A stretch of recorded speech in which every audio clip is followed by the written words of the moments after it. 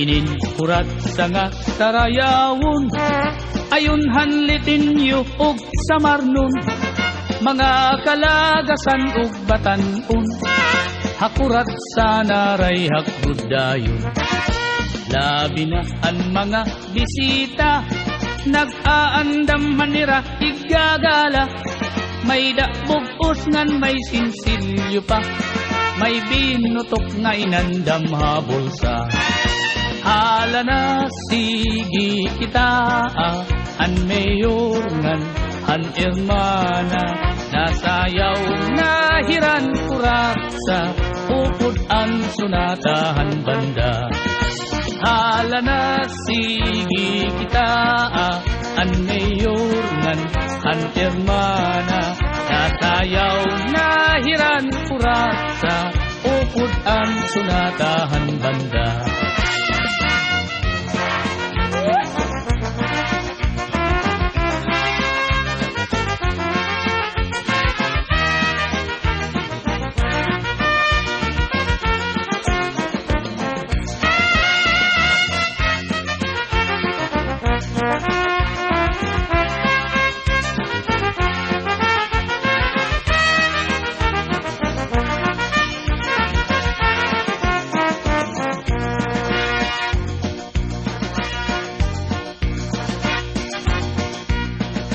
Sikat good labi kun may patron, mga dayo lain-lain nga nawong, an kadam-an na adto haplasa, nag-aarig hintag kuratsa. Sikat good ini nga sarayawon, halabi nga mga okasyon, mga kalagasan ug batan-on, kurat sa gudlaan ira ayon. Hala na sige kita, kay nasayaw na ang bisita, maupay an pamustura, kay damo hayaan nagala. Hala na sige kita, kay nasayaw na ang bisita, maupay an pamustura, kay nagkakalupad ang kwarta.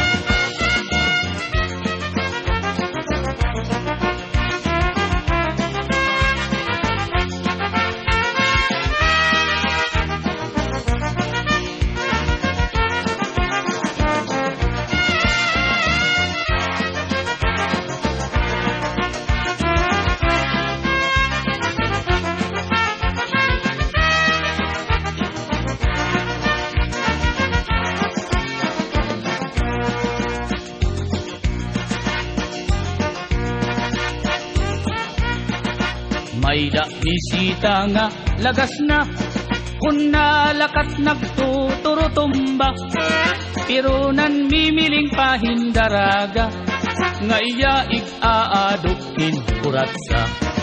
Mga tao kinan hipausa, kay an lagas nag-iba an porma, pagsayaw la niyahin kuratsa, nagluluhod-luhod nga nadupa.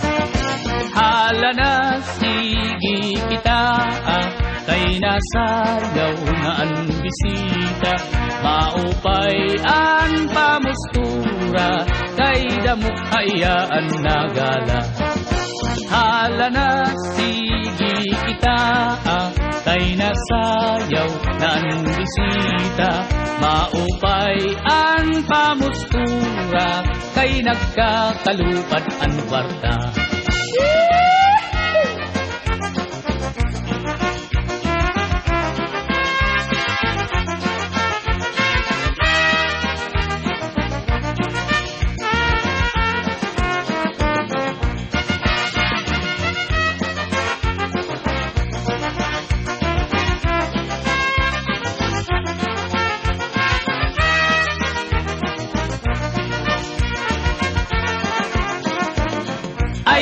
Ay nakikita,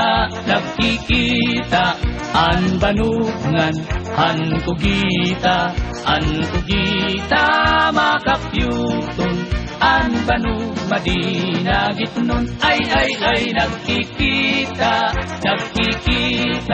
an banungan, an kugita makakyuton, an banug madinagit mo.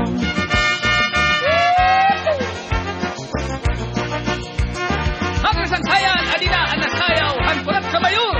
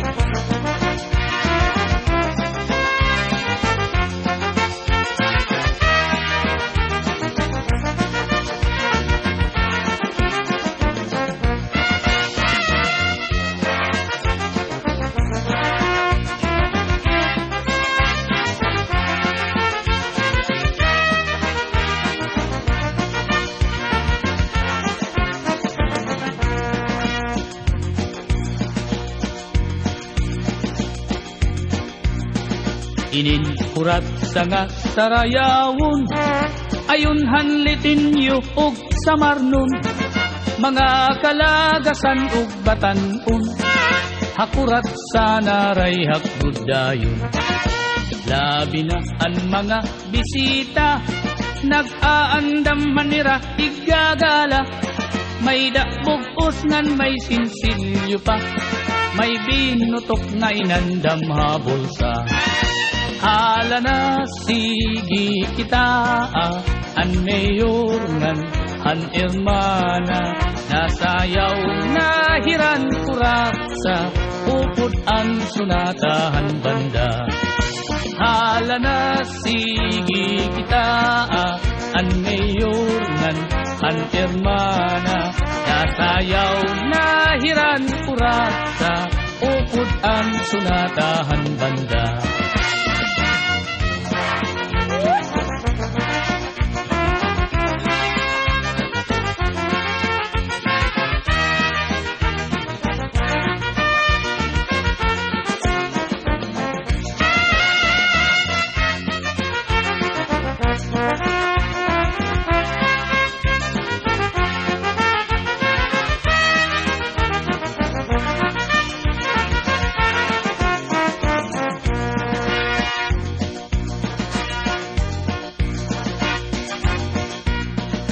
Sikat good labi kun may patron, mga dayo lain-lain nga nawong, an kadam-an na adto haplasa, nag-aarighin pagkuratsa.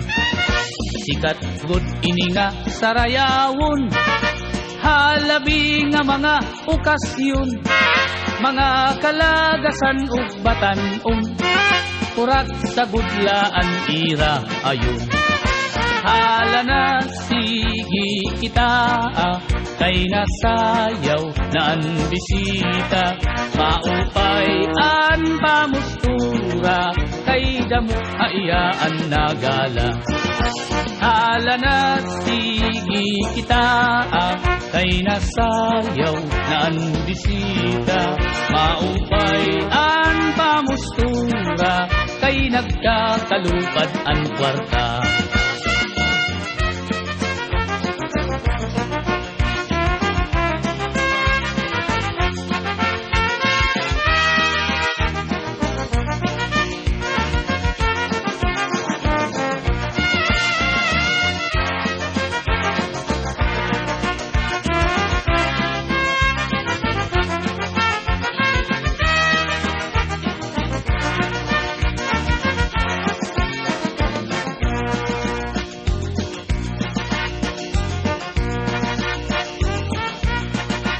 May da bisita nga lagas na, kun nalakat nagtuturutumba, pero nan mimiling pahindaraga, nga iya ig-aadukin kuratsa.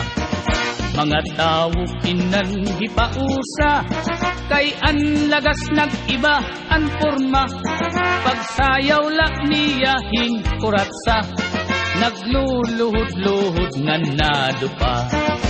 Hala na sige kita, kay nasayaw na ang bisita, maupay ang pamustura, kay damo hayaan nagala. Hala na sige kita, kay nasayaw na ang bisita, maupay ang pamustura, kay nagkakalupad ang kwarta.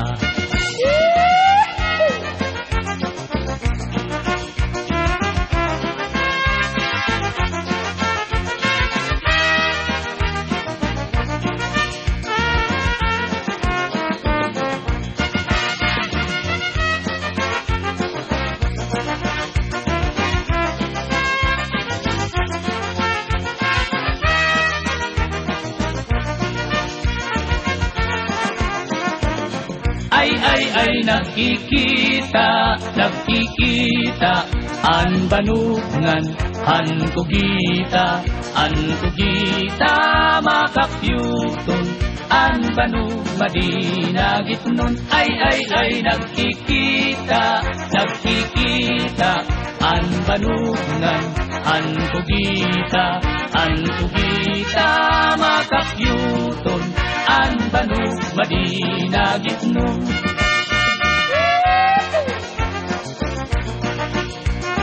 Magasangkayan adina anasayaw han kurat kabayur.